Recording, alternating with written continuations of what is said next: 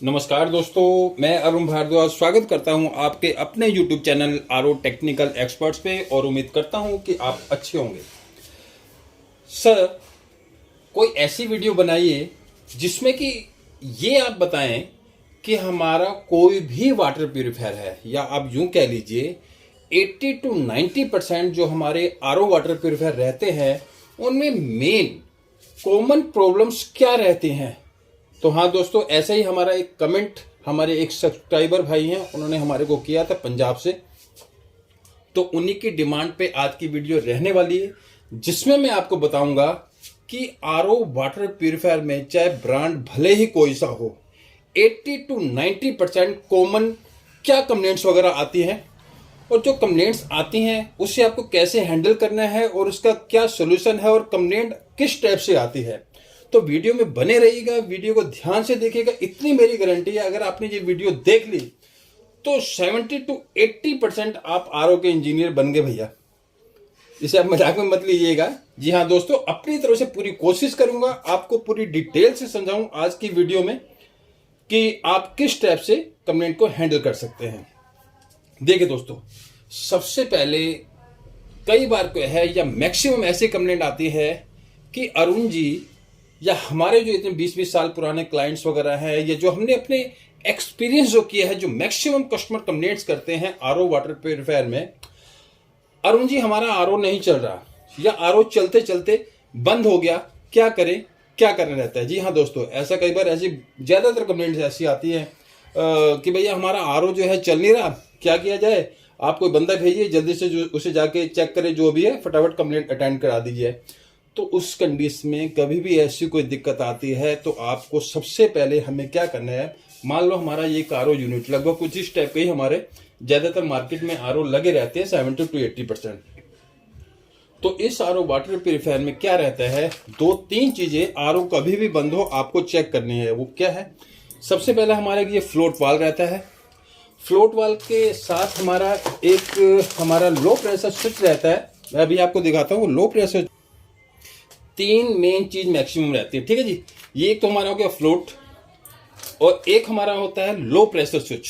ये पानी के फ्लो को सेंस करता है कि पानी का फ्लो इसमें जाएगा तभी ये आरओ को ऑन करेगा, अगर नहीं जाएगा या फ्लो कम होगा तो आरओ को ऑन नहीं करेगा या ऑन ऑफ करेगा, ठीक है। और एक हमारा रहता है आरओ का मेन एसएमपीएस, जो कि हमारे आरओ को एसी से डीसी में कन्वर्ट करता है, जो इलेक्ट्रिक सप्लाई देता है। क्योंकि हमारे मैक्सिमम जो आरओ के पार्ट्स हैं वो डीसी 24 वोल्ट पे ही ऑपरेट करते होते हैं।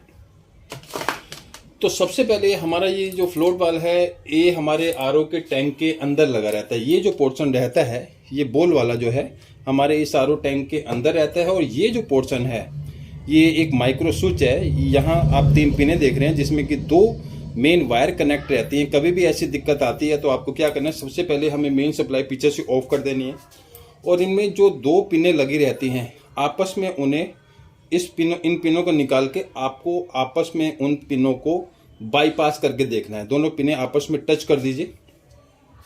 टच करने के बाद आपका ये डाउट क्लियर हो जाएगा क्योंकि हमारा आरओ जो है फ्लोट वाल्व के माइक्रो स्विच की वजह से तो नहीं काम कर रहा। अगर हमारा आरओ ऑन हो जाता है तो आपको ये माइक्रो स्विच ही चेंज कर देना है, और अगर नहीं होता है तो आपको क्या करना है, इसकी जो वायर हैं वो आपको डायरेक्ट बाईपास ही करके रखनी है। फिर हमारा एक लो प्रेशर स्विच रहता है, ये भी हमारे आरओ यूनिट में रहता है, और मैक्सिमम ये फ्लोट वाल्व जो है हमारा बिल्कुल यहाँ इस पोर्शन पे सामने लगा रहता है। और हमारा ये जो लो प्रेशर स्विच है, ये जो सारी मशीनरी आप फ्रंट में देखेंगे उसके बैक साइड में ये इस टाइप का हमारा लो प्रेशर स्विच रहता है, जो कि व्हाइट कलर में भी आता है, ग्रे कलर में भी आता है और ब्लैक कलर में भी आता है। तो आप इसे ध्यान से देख लीजिए। इसमें भी 3 पिन है बेसिकली, इनमें भी 2 वायर कनेक्ट रहती हैं। उन दोनों वायर को भी आपस में आपको कनेक्ट करके देखना है। अगर उन दोनों वायर को कनेक्ट करने से आरओ चल जाता है तो उस कंडीशन में आपको फ्लोट वाल्व की वायर जो है वो डायरेक्ट सेम उसी कंडीशन में लगा के इन दोनों वायर को कनेक्ट करके देखना है। जिन भी दोनों वायर को कनेक्ट करने से, जिस पार्ट के दोनों वायर को कनेक्ट करने से हमारा आरओ ऑन हो जाए, तो आपको वही, ये सिंपल लैंग्वेज में बता रहा हूँ, इसमें कोई मीटर की जरूरत नहीं है, कोई मल्टीमीटर की जरूरत नहीं है, कोई सारी सप्लाई चेक करने की, ताकि आम आदमी को भी ये चीजें समझ में आ जाए, जो अपना आरओ खुद से भी रिपेयर कर पाए। कोशिश यही रहती है। या हमारे कोई नए टेक्नीशियन भाई वगैरह है जो आरओ का काम सीख रहे हैं या सीखना चाहते हैं, तो ये दोनों चीज़ें बाईपास करने से, जो भी पिने बाईपास करने से चल जाए जिस भी पार्ट के, आपको वो पार्ट चेंज कर देना है। अब क्या है कि ये दोनों चीज़ें हमने चेक कर ली, लेकिन हमारा आरओ फिर भी ऑन नहीं हो रहा। तो फिर भी अगर हमारा आरओ ऑन नहीं होता तो हमारा ये मेन एडाप्टर रहता है, इसे एसएमपीएस बोलते हैं। ये हमारी मेन लीड रहती है जो कि हमारी इस सॉकेट में लगती है, और ये हमारा डीसी का पॉइंट रहते हैं। आपको क्या करना है, हमारी मेन जो सप्लाई रहती है, इन वायर को या इसको इस टाइप से निकाल लेना। दोनों वायर डायरेक्ट आपको सॉकेट में लगा के चेक करनी है, और यहाँ से आपको स्पार्क करके चेक करना है। डरना नहीं है, 24 वोल्ट के करंट है, थोड़ा सा बैक साइड से पकड़ के वायर को स्पार्क करके देखना है।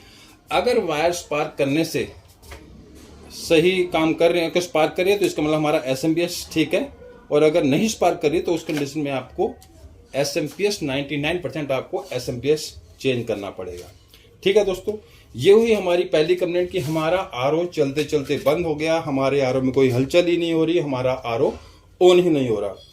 दूसरी बात, अब कई बार ये कंप्लेंट आती है कि सर हमारा आरओ जो है उसमें पानी का टेस्ट ही नहीं आ रहा है।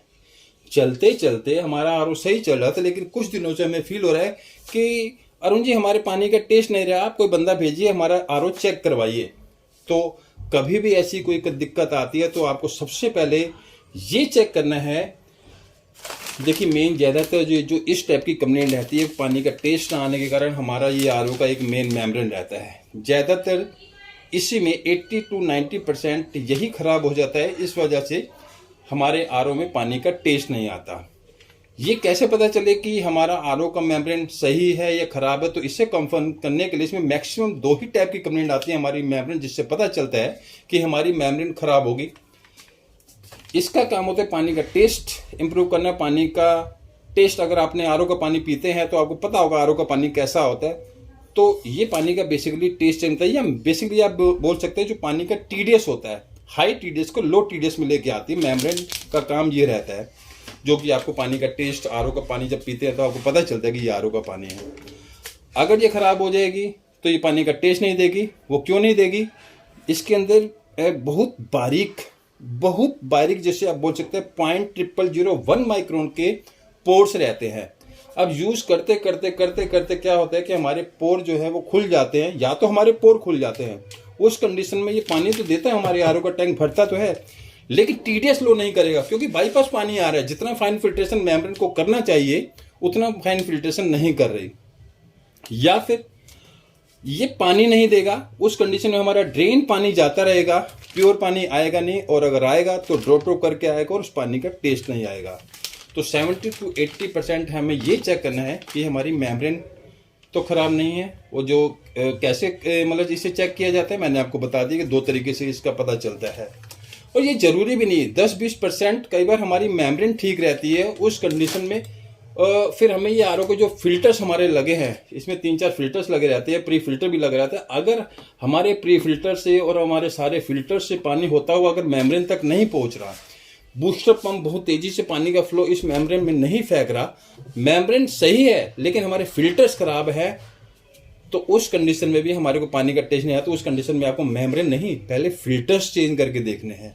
फिल्टर अगर चेंज करने से पानी का स्मूथ फ्लो इसमें जा रहा है, बूस्टर पंप अगर पानी का तेजी से प्रेशर इसमें फेंक रहा है, तो उस कंडीशन में पानी का टेस्ट दोबारा से आपको वापस जो आरओ का पानी पी रहे थे, नॉर्मल पानी पी रहे थे, वैसा ही आना स्टार्ट हो जाएगा। आपको सिर्फ फिल्टर्स चेंज करने हैं, वो है। लेकिन 10-20% ये कंप्लेंट रहती है, लेकिन ज़्यादा चलते चलते आरओ में यही इस टाइप की मेम्ब्रेन के कारण ही दिक्कतें आती है।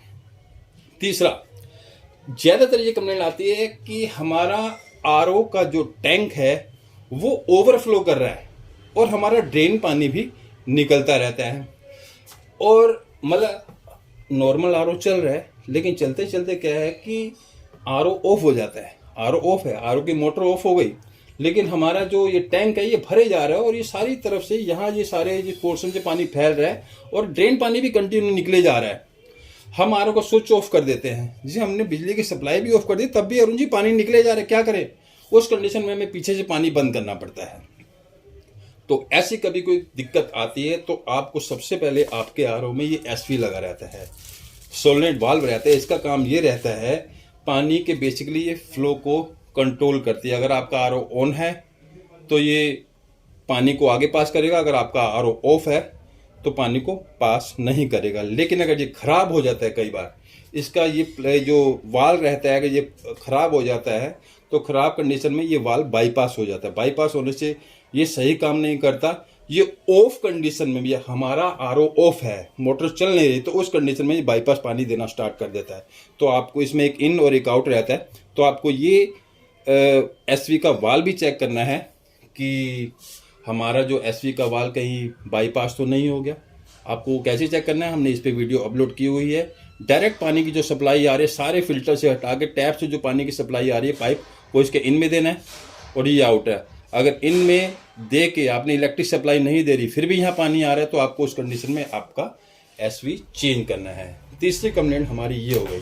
फिर चौथी कंप्लेंट कई बार ये आती है, अरुण जी हमारा आरओ चल रहा है, पानी भी सही पीछे से खुला हुआ है, हमारा आरओ चल भी रहा है, मोटर भी चलने की आवाज आ रही है, लेकिन पानी नहीं आ रहा। तो उस कंडीशन में इसमें आप देख रहे हैं 2 पोर्शन रहते हैं।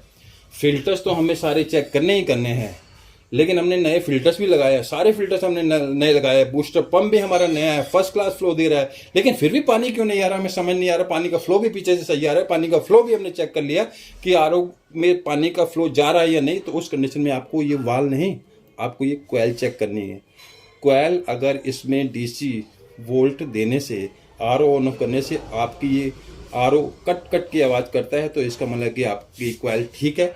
लेकिन नहीं करता तो ये हमारी कोयल आपको चेंज करनी पड़ती है। कोयल चेंज कर देंगे तो भी चलेगा, पूरा एसवी फिर चेंज करेंगे। अगर कोयल नहीं मिलती आपको तो उस कंडीशन में आपको पूरा एसवी ही चेंज करना पड़ेगा। चौथी कंप्लेंट ये हो गई दोस्तों। अब पांचवी सबसे कॉमन जो कंप्लेंट रहती है, अब पांचवी कंप्लेंट ये रहते हैं, अरुण जी साल हो गया था, हमने आरओ के सारे फिल्टर्स वगैरह चेंज कर दिए, हमने रूटीन सर्विस करवाई है और उसके कहते हैं हमने अपनी तरफ से इसके सारे फिल्टर्स वगैरह, ये हमारे जो सेडिमेंट फिल्टर होते हैं, ये सारे सेडिमेंट फिल्टर और ये pre sediment filter A to Z membrane भी सारी चेंज कर दिए, लेकिन फिर भी पता नहीं क्यों पानी का टेस्ट नहीं आ रहा और आरओ का टैंक भरने में बहुत ज़्यादा टाइम लग रहा है। वेस्ट पानी निकल रहा है, वेस्ट पानी निकल रहा है, आरओ का टैंक भरने में बहुत ज़्यादा टाइम लग रहा है और पानी का टेस्ट भी नहीं आ रहा, कुछ फर्क लग रहा है। तो उस कंडीशन में दोस्तों, अब देखो मेम्ब्रेन जरूरी नहीं है कि मेम्ब्रेन हमारा खराब होगा तभी पानी का टेस्ट नहीं आएगा।